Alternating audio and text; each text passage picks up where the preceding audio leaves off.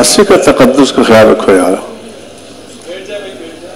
اب کسی سے راضی نہ ہے, بیٹھ جاؤ, کوئی آدمی کھڑا نہ ہو.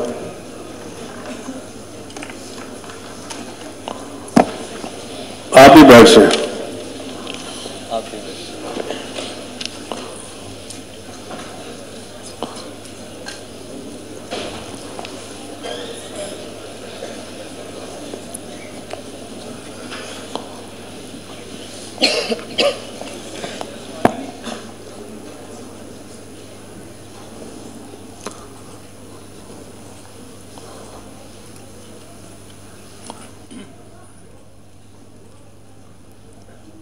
بیٹھ جاؤ, بیٹھ جاؤ.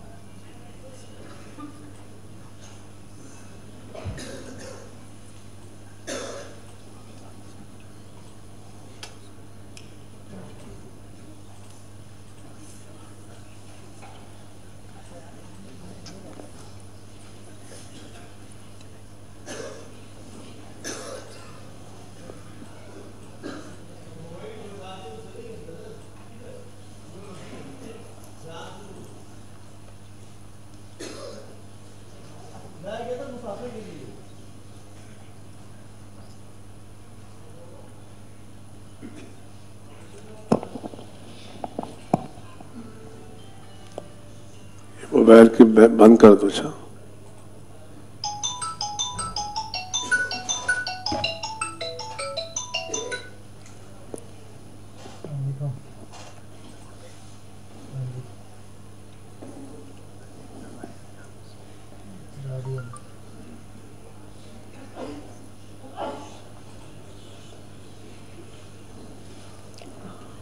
شیخ ادھر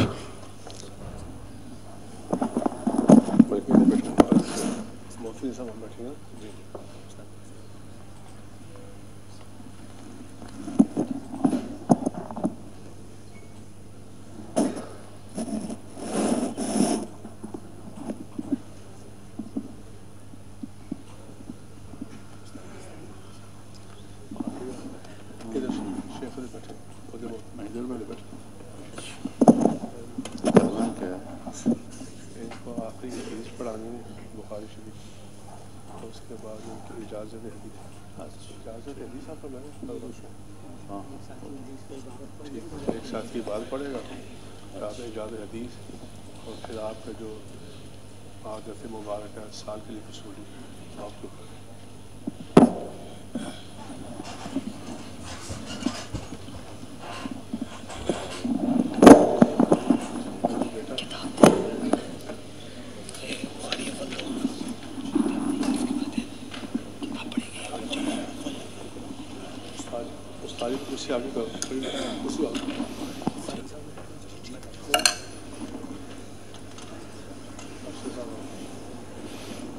دورے میں کتنے لڑکے ہیں؟ 800 آواز نہ 800 تھوڑی سی سما والے کو 800 سے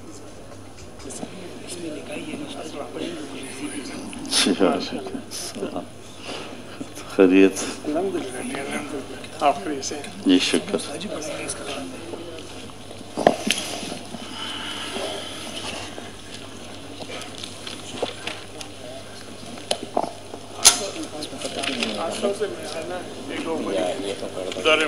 ماشاء اللہ.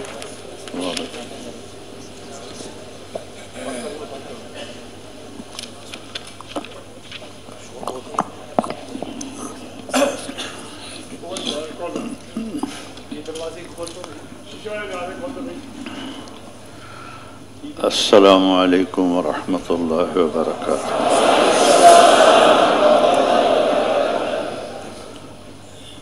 میں اس لیے کھڑا ہو گیا ہوں کہ پیچھے بچوں کو صاف نظر نہیں آ رہا تھا، تو وہ ایسے ایسے کر کے دیکھ رہے تھے آپ کے اکرام میں۔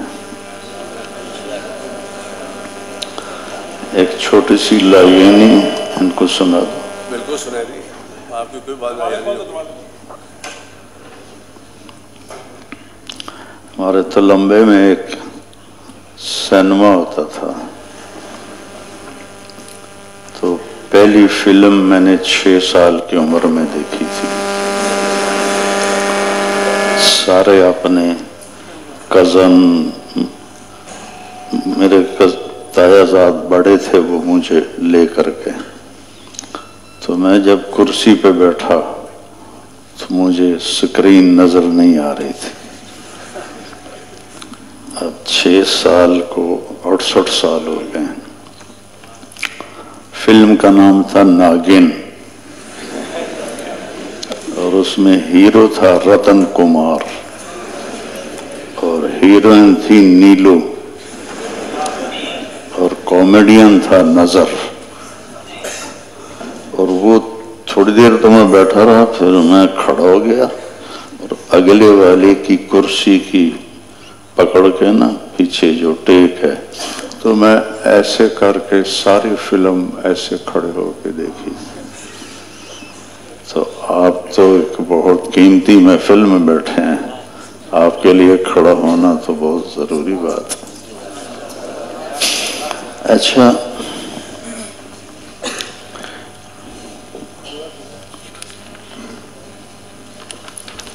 حدیث کی بات بھی کرتے ہیں انشاءاللہ۔ بسم اللہ الرحمن الرحیم، والصلاة والسلام علی رسولہ الکریم وعلی آلہ وصحبہ اجمعین، اما بعد۔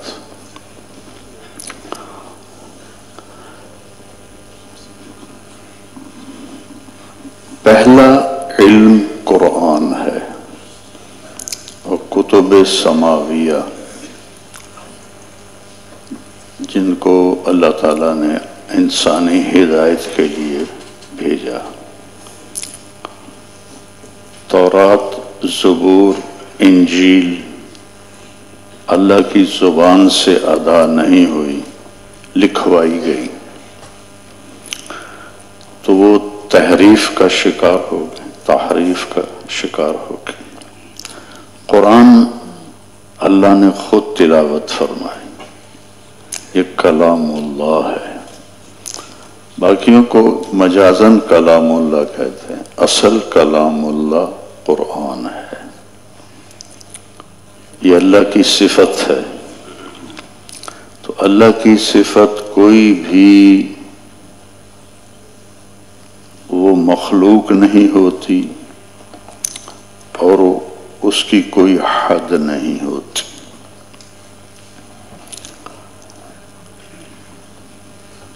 مامون الرشید حافظ الحدیث تھا، مامون الرشید، اور حافظ قرآن بھی تھا، اسناد کی بحث بھی جانتا تھا۔ اس کے دماغ میں فطور آیا اور اس نے یونان سے بادشاہ سے کہا کہ مجھے منطق اور فلسفہ کا علم بھیجو، تو سرداروں نے انکار کر دیا۔ تو ایک بوڑھا ان کا عالم بولا، جانے دو، یہ علم جہاں جاتا ہے فتنہ ہی لاتا ہے، خیر نہیں لاتا، یہ آپس ہی لڑن گے، تسی جاون دیو۔ اس نے اس کا عربی ترجمے کروائے۔ پھر بشر مریسی بہت بڑا منطقی فلسفی بنا، اس کا وہ مشیر تھا۔ اس کے دلائل، عقلی دلائل سن سن کے مامون گمراہ ہو گیا اور قرآن کے مخلوق ہونے کا قائل ہو گیا۔ اللہ کی کوئی صفت نہ حادث ہے نہ مخلوق ہے۔ اگر قرآن مخلوق ہے تو پھر اللہ کے ذات پہ حرف آتا ہے کہ کان اللہ ولا علم۔ اس کی جو الف ہے نا، الف، اس پر بھی اگر رازی جیسے لاکھوں کتابیں لکھیں تو اس کا مطلب ختم نہیں ہوگا، چونکہ یہ لا محدود ہے۔ یعنی کہ امام رازی کی تفسیر کبیر لکھی گئی تو قرآن کی تفسیر ہو گئی۔ ابن القیم رحمہ اللہ نے حادی الارواح الی بلاد الافراح میں ایک روایت نقل کی ہے کہ جنت میں علماء کی ایک محفل ہوگی جس میں صرف علماء بیٹھیں گے۔ اللہ ہمیں بھی نصیب فرمائے وہاں بیٹھیں۔ تو وہاں قرآن کے الفاظ پر بحث ہوگی، تو اللہ اس وقت ان پر قرآن کے علوم کا فیضان فرمائے گا، اور وہ اس میں اس طرح گم ہو جائیں گے کہ انہیں نہ جنت یاد رہے گی، نہ کھانا یاد رہے گا، نہ جنت کی نعمتیں اور حوریں یاد رہیں گی، اتنا اس میں گم ہو جائیں گے۔ اور یہ محفل روزانہ ہوگی، اور کب تک ہوگی؟ جب تک جنت قائم ہے۔ وہ جنت کب تک قائم ہے؟ جب تک اللہ قائم ہے۔ اور اللہ کب تک قائم ہے؟ هو الاول فلیس قبلہ شیء، هو الآخر فلیس بعدہ شیء، هو الظاہر فلیس فوقہ شیء، هو الباطن فلیس دونہ شیء، فلیس کمثلہ شیء۔ تو لہذا یہ محفل ہمیشہ چلے گی اور کبھی بھی قرآن کے معنی ختم نہیں ہوں گی، کبھی بھی۔ صرف ایک با پہ بھی اللہ جب کھولے گا نا، با، اب ہم اور آپ اللہ کرے ہم اسی میں ہوں، تو میرے جیسے تو خالی ڈھول بجانے والے ہیں، یہ لوگ بیٹھے ہوئے ہیں جو قرآن و حدیث کی خدمت کر رہے ہیں، تو ایک نقطے کا علم بھی ایسا مزہ اللہ عطا فرمائے گا کہ ہر شے بھول جائے گی۔ تو قرآن اللہ کا کلام ہے۔ بیچ میں تھوڑا میں اپنا تڑکا لگا دوں، تڑکا سمجھتا ہوں، کبھی کڑوا بھی ہو جاتا ہے۔ تو مامون تو منطق پڑھ کے گمراہ ہو گیا، وہ حافظ الحدیث بھی تھا اور حافظ القرآن بھی تھا۔ آپ منطق پڑھ کے کیسے ہدایت پائیں گے؟ یا ہمارے علماء نے آج تک منطق کیوں رکھی ہوئی؟ کیا اس کا فائدہ ہے؟ زبیدہ خاتون ہارون کی بیگم تھی، ان کو انتقال کے بعد ایک شخص نے دیکھا، پوچھا کیا ہوا؟ کہا جب نہر زبیدہ میں نے کھدوائی تو پہلی جو کسی ماری گئی، کدال ماری گئی، اس کے ساتھ میری بخشش ہو گئی۔ تو وہ سائل پوچھتا ہے لیکن آپ کا رنگ تو پیلا زرد ہے، کوئی خوف آپ پہ آیا ہے، کیا ہے؟ تو وہ فرمانے لگی کہ میرے قریب بشر مریسی کی قبر ہے، اس کو قبر نے جھٹکا دیا ہے، اس جھٹکے کی خوفناک آواز سے سارے اہل قبرستان کے رنگ پیلے پڑ گئے، سارے اہل قبرستان کے رنگ پیلے پڑ گئے ہیں۔ مولانا فضل الرحمان گنج مرابادی رحمہ اللہ بڑے صاحب کشف شخصیت، میں ان کے بارے میں پڑھ رہا تھا تو فرمایا جاؤ ملا مبارک کی قبر پہ دیکھو، نحوست برس رہی ہے، نحوست برس رہی ہے۔ علم یا قرآن ہے یا حدیث ہے، فقہ بھی ثانوی طور پر علم ہے کہ اس سے مسائل کا استنباط کر کے فقہا نے ہمیں ایک راستہ دیا ہے کہ ہم دائیں بائیں نہ ہو جائیں۔ تو قرآن کا جو حسن ہے اس سے ہم محروم ہیں اہل مدارس، تو عوام کا کیا کہنا؟ چونکہ اس کے لیے گہرا عربی کا ذوق ہونا چاہیے اور جان توڑ محنت ہونی چاہیے۔ ہم قرآن پڑھتے ہیں، جو میں نے پڑھا 2 سبق جلالین کے، پہلا پارہ 15 پارہ، 2 سبق مشکات کے، پہلی جلد دوسری جلد، اور 5واں سبق تھا ہدایہ ثالث کا، جو ماشاءاللہ نہ پڑھنے والے کو پتہ لگتا ہے نہ پڑھانے والے کو پتہ لگتا ہے، سوائے چاندے کے لوگوں کے، مفتی احمد علی جیسے ہوں یا مولانا یوسف صاحب یا حضرت بیٹھے ہوئے ہیں، باقی تو کسی نے پتہ ہی نہیں لگ رہا کیا ہو رہا ہے کیا نہیں ہو رہا۔ تو اتنے اشتراک کے ساتھ آپ قرآن سے کیا سمجھیں، جبکہ یہ زندگیاں لینے والا علم ہے جو کہ لامحدود ہے۔ حدیث کو حدیث کیوں کہتے ہیں کہ حادث ہے، فقہ علماء متاخرین کا نچوڑ ہے، استنباط ہے، اور قرآن میرے اللہ کی زبان سے نکلا ہے۔ تو جیسے بولنے والا، میں بول رہا ہوں، وہ رات میرا ایک ٹیسٹ تھا تو اس کی وجہ سے میرے سر میں درد ہے، تو میں آہستہ آہستہ بول رہا ہوں، لیکن بولنے والے کے لہجے میں کبھی اتار ہوتا ہے کبھی چڑھاؤ ہوتا ہے، اس سے چیز بڑی خوبصورت ہو جاتی، انتہائی خوبصورت ہو جاتی۔ ایک آیت میں پڑھتا ہوں، وَلَنِعْمَ دَارُ الْآخِرَةِ وَلَنِعْمَ دَارُ الْمُتَّقِينَ، کیا ہی اعلیٰ ہے آخرت کا گھر، کیا ہی اعلیٰ ہے متقین کا گھر۔ تو آپ نے میرے لہجے کو سمجھو، وَلَنِعْمَ دَارُ الْآخِرَةِ وَلَنِعْمَ دَارُ الْمُتَّقِينَ، ٹھیک ہے۔ اب میں اس کو اس لہجے میں پڑھتا ہوں جس میں قرآن اترا ہے، وَلَنِعْمَ دَارُ الْآخِرَةِ وَلَنِعْمَ دَارُ الْمُتَّقِينَ۔ کیا کہنے، اردو میں کیا کہنے آخرت کے گھر کے، اور کیا کہنے تقوی والوں کے گھر کے۔ صرف لہجے سے کلام میں طاقت پیدا ہو جاتی۔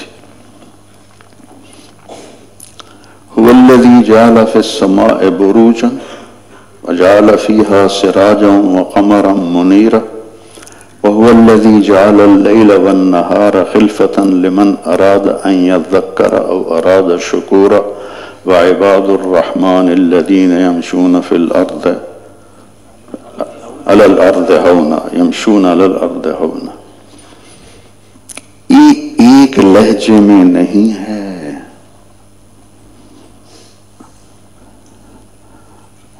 میرے آنے پہ شور مچا ہے نا، وہ آ گئے وہ آ گئے وہ آ گئے،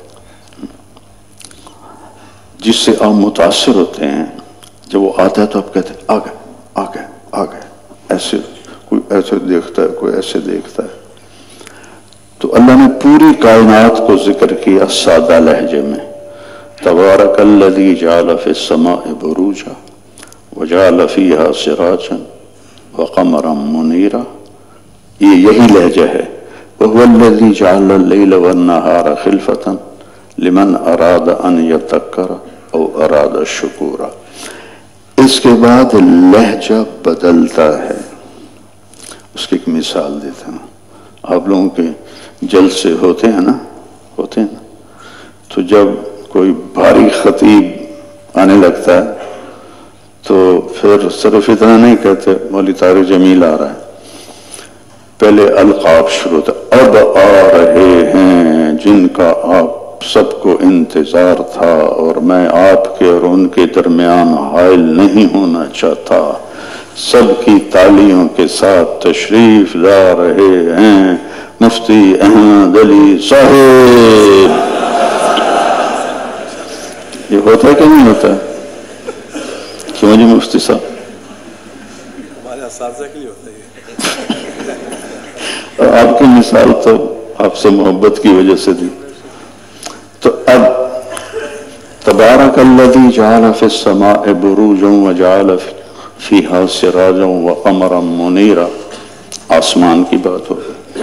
وهو الذی جعل اللیل والنہار خلفة لمن اراد ان یذکر او اراد شکورا، آسمان کے نیچے کی بات ہو گئی. کل کائنات کی بات ہونے کے بعد اللہ کہتا ہے اب آ رہے ہیں وعباد الرحمن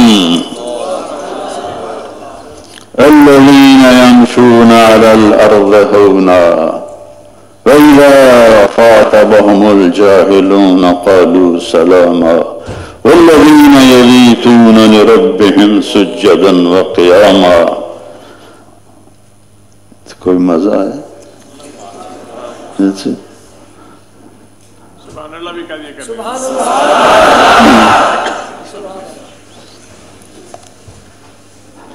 تبلیغ والوں کی اس کی عادت نہیں. جامع امدادیہ میں جمعے کے دن تھا وہ جلسہ ایسے، تو ایک خطیب تشریف لائے تو وہ کچھ ہلکا چھوٹا سا سبحان اللہ لڑکوں نے کہا، ان کو غصہ آ گیا کہ سبحان اللہ کہنا سیکھو. تو مجھے اس کی ضرورت نہیں ہے، آپ میری بات سمجھو جو میں کہہ رہا. اب جب میں پڑھتا ہوں عباد الرحمن میری کیفیت اور ہوتی. جب آپ پڑھیں گے عباد الرحمن تو آپ کو پتہ ہی نہیں چلے گا کہ کتنا بڑا کر کے اللہ نے ان کو بیان کیا ہے. عباد الرحمن ایک ہی دفعہ آیا قرآن میں عباد الرحمن. بچو یہ خلا ہے جو ہم نہیں سمجھے. ایک چیز اور آپ کو بتاتا ہوں، یہ تو مجھے راستے میں خیال آیا، میں کوئی پڑھ کے نہیں آیا، راستے میں خیال آیا کہ حدیث سے پہلے تھوڑی میں قرآن کی بات کروں.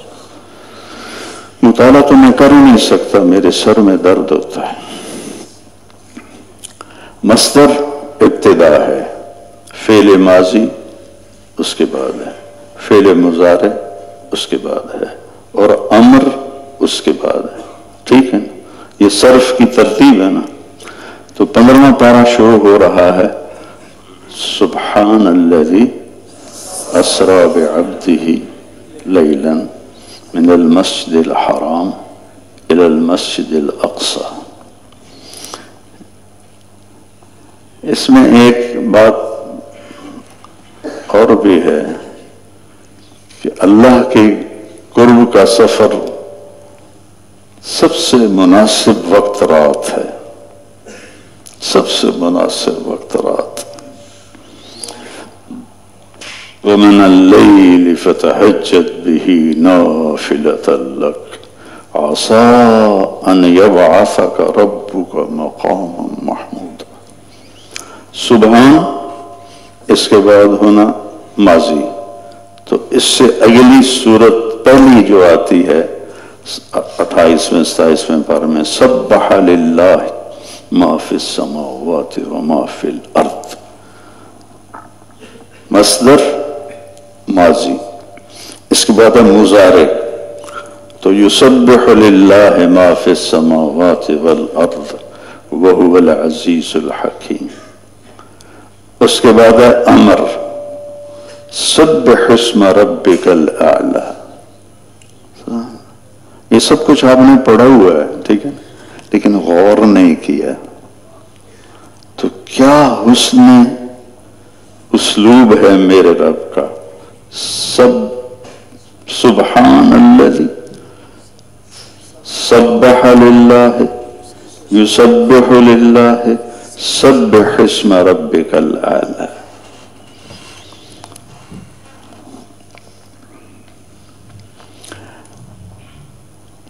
دنیا کمانے کے لیے اللہ نے کہا فانتشروا فی الارض وابتغوا من فضل اللہ فامشوا فی مناکبہا، آرام آرام سے چلو. جیسے صبح یہاں سیر کرتے ہیں لوگ تو کسی کو فکر ہوتا ہے کہ میں آگے نکل جاؤں، یہ مجھ سے آگے نکل گئے، سب اپنے ایسے چل رہے ہوتے ہیں، کسی کو کوئی فکر ہی نہیں ہوتا وہ نکل گیا وہ نکل گیا. ٹھیک ہے میری بات؟ جب نماز کا ذکر آیا اذا نودی للصلاة من یوم الجمعہ تو لفظ تبدیل ہو گیا فسعوا الی ذکر اللہ، بھاگو. فمشو فسعوا، بھاگو. یہ کوئی بڑی مشکل عربی تو نہیں بتا رہا ہوں، یہ سارے وہ صیغ ہیں جو آپ نے پڑھے ہوئے ہیں، میں کوئی مقامات کی عربی نہیں بتا رہا ہوں. آپ فسعوا، بھاگو، لیکن اس میں مقابلے کی کوئی نہیں ہے کمانا. بھاگو بھاگو نماز کی طرف، دکانیں چھوڑو.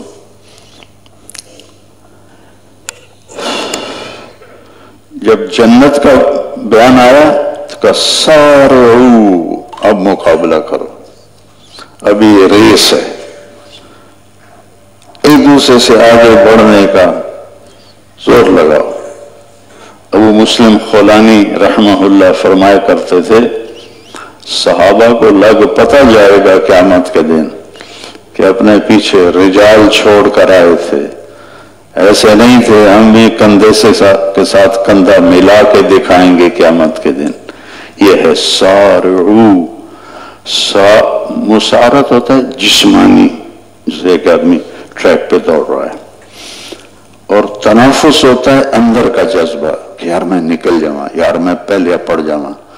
تو دونوں جذبے اللہ نے کہا وَفِي ذَلِكَ فَلْيَتَنَافَسِ الْمُتَنَافِسُونَ، اور وَسَارِعُوا إِلَى مَغْفِرَةٍ مِّن رَبِّكُمْ وَجَنَّةٍ عَرْضُهَا السَّمَاوَاتُ وَالْأَرْضُ أُعِدَّتْ لِلْمُتَّقِينَ.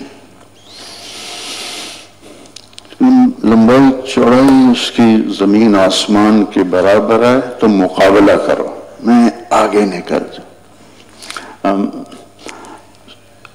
اسکول میں پڑھتے تھے نا تو اکثر ہم ذمہ داروں کے بیٹے تھے، تو ہم میں سے کسی کو بھی پڑھنے کا شوق نہیں تھا کہ روٹی تو گھروں لبدی پئی ہے، ایویں رٹے مارن میں کی فائدہ. اور جو کسی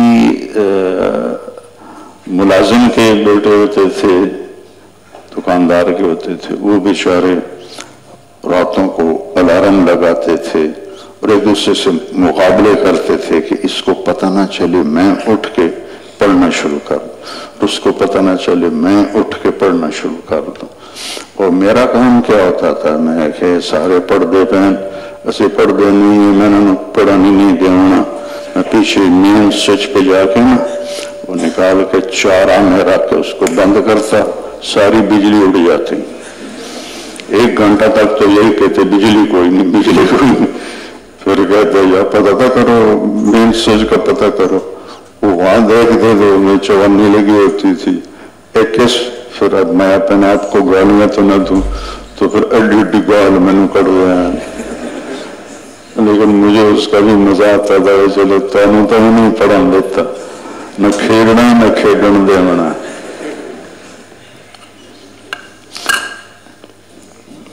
اگر میں کھڑا کھڑا پی لوں تو خلاف سنت ہوگا.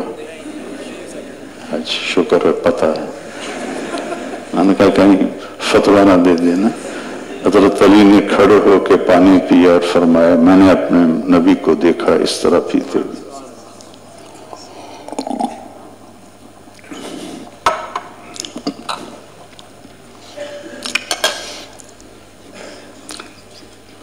دنیا کے لیے فانتشروا فامشوا، نماز کے لیے فسعوا، دوڑو. آپ کی تکبیر اولیٰ نہیں فوت ہونی چاہیے.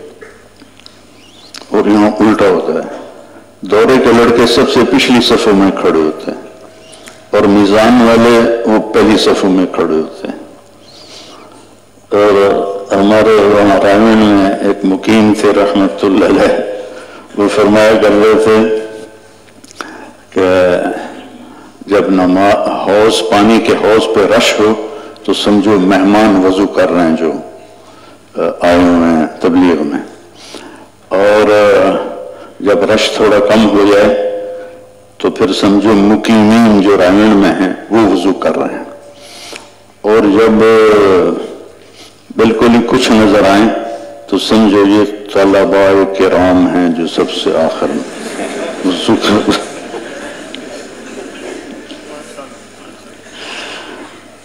تو اللہ کہتا ہے فسعوا، جنت کے لیے کہتا ہے سارعوا، وفی ذلک فلیتنافس المتنافسون۔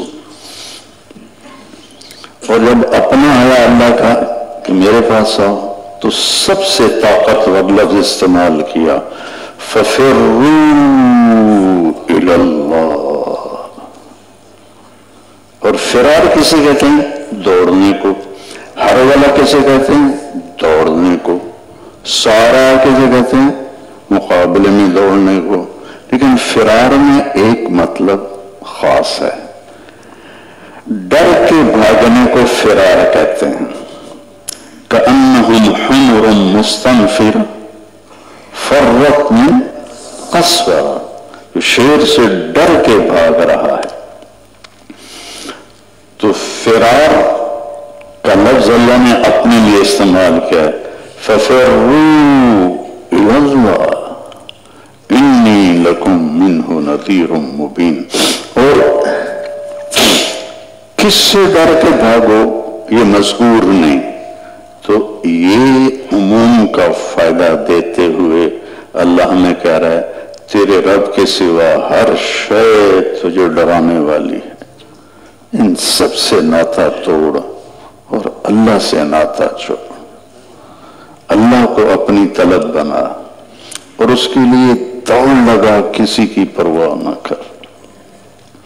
1997 میں مینا میں آگ لگی تھی تو ہم کھڑے ہوئے تھے اپنے سڑک پر، چونکہ وہاں تک آگ آئی نہیں تھی جہاں ہمارے خیمے تھے، پیچھے سے لوگ بھاگے آ رہے تھے، تو ایک عربوں کا گروہ گزرا تو اس نے مجھے دیکھا تھا، یعنی اس معنی کا تو آپ کو لغت میں بھی مل جائے گا، لیکن اصل تصدیق ہوتی ہے اہل زبان سے، جو اہل زبان ہیں وہ کیا بولتے ہیں۔ تو جب ہمارے قریب سے گزر فرا فرا فرا، اللہ بھائی میری بات کی تصدیق ہو گئی، خوف سے بھاگنے کو فرار کہتے ہیں، فرا فرا۔ تو بیٹا یہ صرف ضرب یضرب ضربن سے قرآن نہیں آئے گا۔ ایک تاجر نے مجھ سے پوچھا مدرسے کے لڑکے غصہ بہت کرتے ہیں، ان میں صبر نہیں ہوتا، اس کی کیا وجہ ہے؟ میں نے کہا ان کا کوئی قصور نہیں، ان کا پہلا سبق ہے ضرب ضربا ضربو ضربت ضربتا ضربنا ضربتا ضربتما ضربتم ضربتی ضربتما ضربتنا ضربتو ضربنا۔ 14 دفعہ جب وہ کہتا رہے گا ضرب ضربا ضرب ضربا ضرب ضربا، یہ اثر لیتا ہے۔ جادو بھی الفاظ ہوتے ہیں،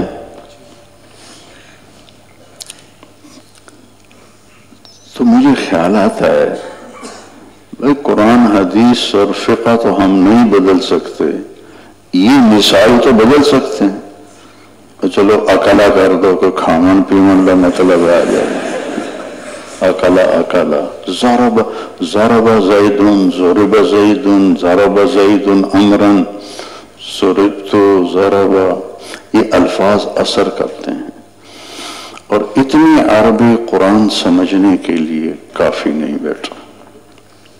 آپ کو ایک اور مثال دیتا ہوں، یہ ساری جو میں آپ کو مثالیں دے رہا ہوں یہ تفسیر سے پڑھ کے نہیں دے رہا ہوں میں آپ کو، جو عربی اللہ نے مجھے ذوق دیا ہے، ذوق، ذوق سے بہت سی چیزیں آ جاتی ہیں۔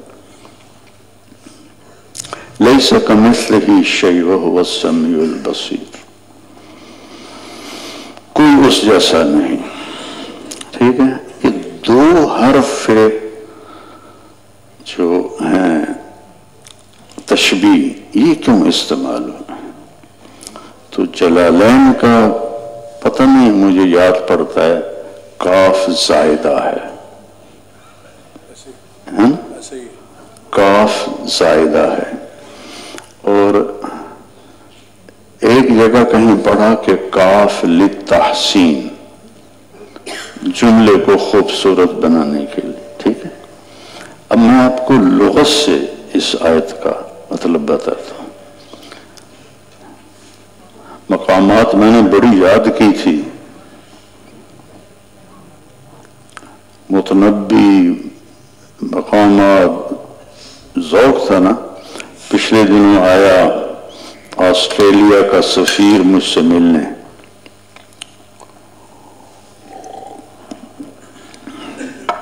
فیصل آباد. تو اس کے سیکرٹری نے بتایا کہ سفیر صاحب نے عربی پڑھی ہے اور انگلینڈ میں عربی میں پی ایچ ڈی کیا ہے. میں نے کہا بڑی اچھی بات، اور آسٹریلیا نے میرے بچوں کو ویزا دے دیا ہے، یعنی یوسف اور اس کی فیملی، لیکن مجھے اور میری بیگم کا ویزا اٹکایا ہوا ہے. تو میں ملا تو میں نے کہا مجھے پتہ چلا ہے آپ عربی جانتے ہیں؟ کہاں کفا نبک من ذکر حبیب و منزل. اب ان کو ماشاءاللہ صرف اتنا ہی یاد تھا، آگے ان کو یاد نہیں تھا.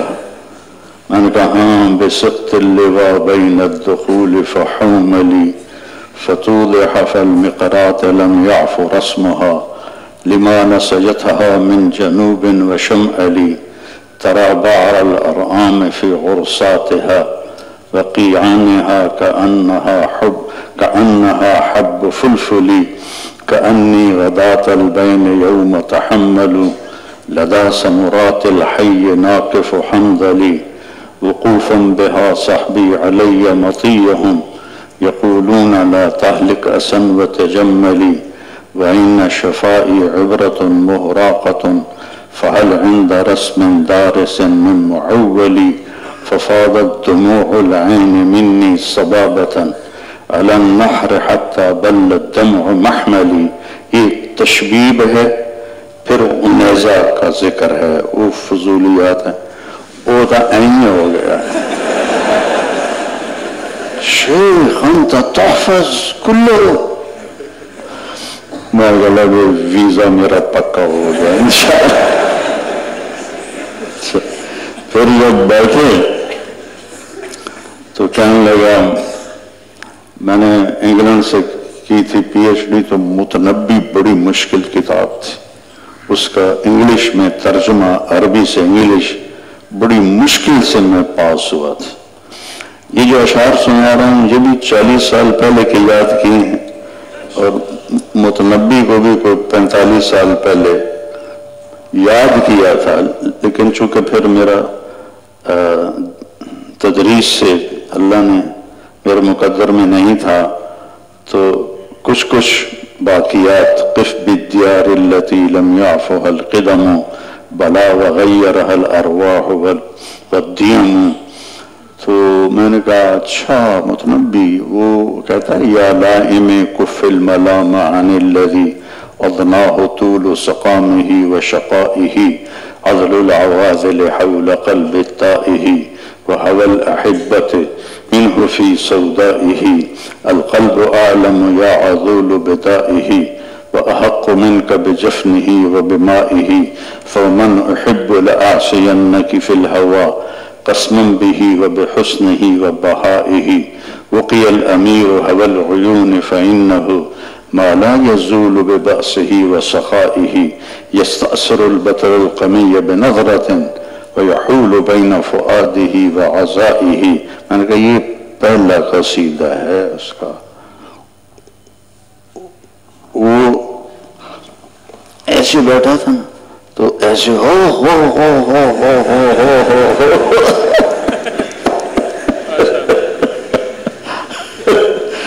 کہا میرا ویزا تو دے دے تو امید ہے ویزا لگ جائے گا. تو بیٹا یہ میں نے آدھا گھنٹہ لیا ہے کہ ہم قرآن کے ساتھ زیادتی کرتے ہیں. ہم اس کو اس کا وہ حق نہیں دیتے جس پر اس کا پردہ ہم پہ کھل جائے. لیس کمثلہ شیء. پھر حدیث پڑھتے ہیں جب عرب کسی کو صفات میں تشبیہ دیتے ہیں تو کاف کا لفظ استعمال کرتے ہیں، اور جب ذات میں تشبیہ دیتے ہیں تو مثل کا لفظ استعمال کرتے ہیں. متنبی کالشمس فی کبد السماء وضوءها یغشی البلاد مشارقا ومغاربا کالشمس. کون؟ سیف اللہ، سیف الدولہ. سیف الدولہ کو اس نے بڑا پھدو لگایا تھا. پھر کالبدر فی کالبدر کبد السماء یہدی الی عینیک نورا کالبدر حیث اتجہت رأیتہ یہدی الی عینیک نورا ثاقبا. اس کی شہنشاہی کی تعریف کرنی ہے تو کالشمس. کالشمس. اس کی سخاوت کی، اس کے حسن کی تعریف کرنی ہے تو کالبدر. اب اس کی سخاوت کی تعریف کرنی ہے کالبحر یقذف للقریب لآلئا جودا ویبعث للبعید سحائبا. کہ سمندر کی طرح سخی ہے، قریب والوں کو موتی دیتا ہے، دور والوں کو بارش دیتا ہے. تو اب کاف کالشمس، کاف کالبدر، کاف کالبحر. تو یہ ذات میں تشبیہ نہیں کہ سیف الدولہ سمندر ہے، سیف الدولہ سورج ہے، سیف الدولہ چاند ہے. تشبیہ ہے. تو تشبیہ جب دی جاتی ہے صفات میں کاف، اور جب ذات میں تشبیہ دی جاتی ہے تو لفظ مثل استعمال ہوتا ہے. یہ دیکھو میں نے کہاں سے لیا ہے؟ مقامات سے.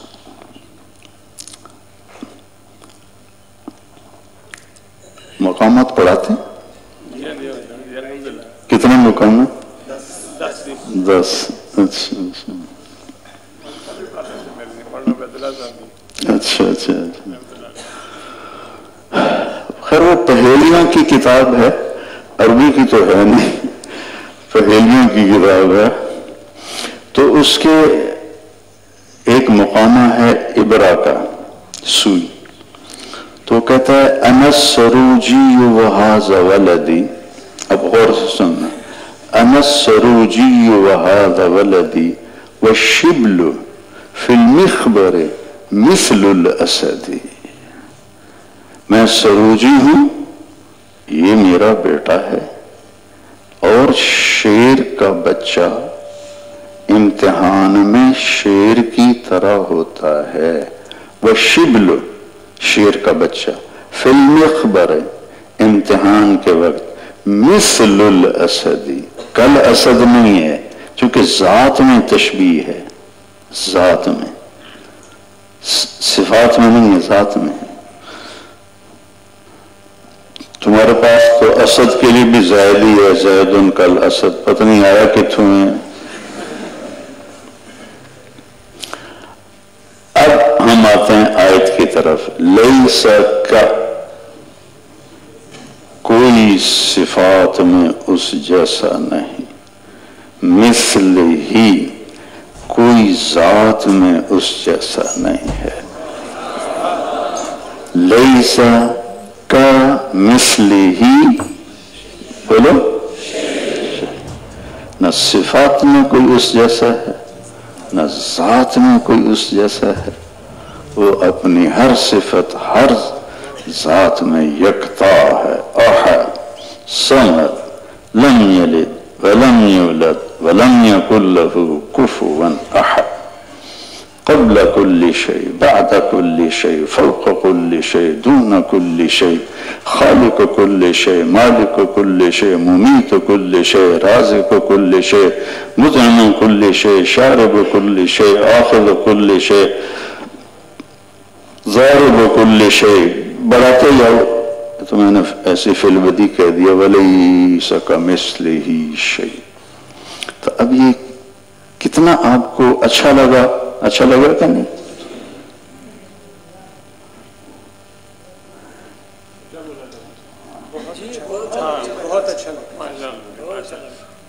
مہربانی. تو بس یہ میں کہنا چاہتا تھا بیٹا کہ قرآن کو وقت دو. قرآن یہ تعلیمی نظام میں آپ کے پاس وقت نہیں ہے. جب آپ فارغ ہو جائیں پھر آپ قرآن کے ساتھ وقت گزاریں. پہلے صرف متن کے لیے حضرت تھانوی کے بیان القرآن سے بہتر اور کوئی نہیں. حضرت تھانوی کا جو بیان القرآن ہے کہیں کہیں فارسی کے اور اردو کے گاڑے الفاظ ہیں، لیکن تھوڑا سا زور لگائیں گے تو آپ کو بیان القرآن متن بہت خوبصورت کھول کے سمجھا دے گا. تو میں کوئی آپ کو تفسیر رازی پڑھنے کا نہیں کہہ رہا ہوں کہ انہوں نے سورۃ فاتحہ سے 10,000 مسئلے نکال دی. یہ تو تکلفات ہے نا. وہ قرطبی میں دیکھتا ہوں نا فیہ 20 مسئلہ فیہ 30 مسئلہ فیہ 40 مسئلہ. عرب کے بدوؤں پر قرآن اترا ہے، وہ یہ مسئلے کہاں سے نکالنے والے تھے؟ باریکیاں تو سیدھے سادے لوگ تھے. ان کی دماغی حیثیت کے مطابق اللہ تعالیٰ نے قرآن کو اتارا تھا. تو اب متن کو حل کرو. متن چونکہ ہر مفسر جو ہے اس کے اپنا ذاتی ذوق تفسیر میں شامل ہوتا. کشاف میں پڑھ رہا تھا تو وجوہ یومئذ ناظرۃ الی ربہا ناظرہ پر جو اس نے کیا نام تھا اس کا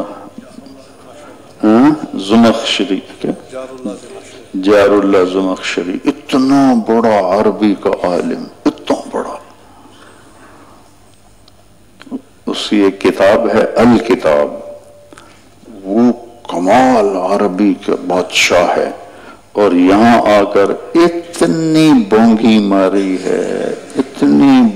ماری ہے چونکہ وہ رؤیت باری تعالیٰ کے قائل نہیں ہے.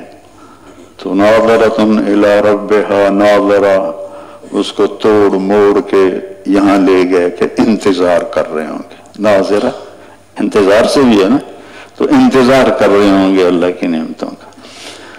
تو آپ متن کو حل کرو، متن کو. ٹھیک ہے؟ نیت کرتے ہو نا؟ اور اللہ آپ کو ہمت دے تو تبلیغ میں ہوں نرم تبلیغی، سخت نہیں ہوں، صرف ارادے کرواتا ہوں، نام نہیں لکھتا ہوں. چونکہ جب ارادہ ہو جاتا ہے تو آدمی نکل بھی جاتا ہے. حوروں کے بارے میں بتاؤں؟